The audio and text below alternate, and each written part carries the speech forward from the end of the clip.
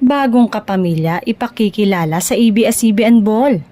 Spotted na nga sa venue ngayong araw si dating Kapuso star dahil formal na daw na ipakikilala ito nilang pinakabagong kapamilya sa ABS-CBN Ball. Bukod sa mga inaabangang pagrampa ng mga iniidolo nating mga kapamilya stars na naganap sa ABS-CBN Ball 2025 ay inaabangan kung sino-sino ang mga bagong kapamilya na makikita sa nasabing event. Ngayon pa lang ay trending na agad ang hashtag ABS-CBN Ball event ng Kapamilya Network kung saan ipinasilip na rin ang setup ng venue nito. Ang nasabing event ay para ipagdiwang ang achievement ng Kapamilya Stars sa entertainment industry.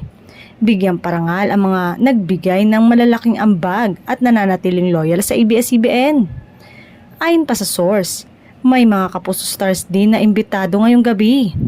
Samantala, dahil 2 taon nga bago ibinalik ang nasabing event, excited na mga netizen na makita ang kanilang mga idolo suot ang mga naggagandang kasuotan.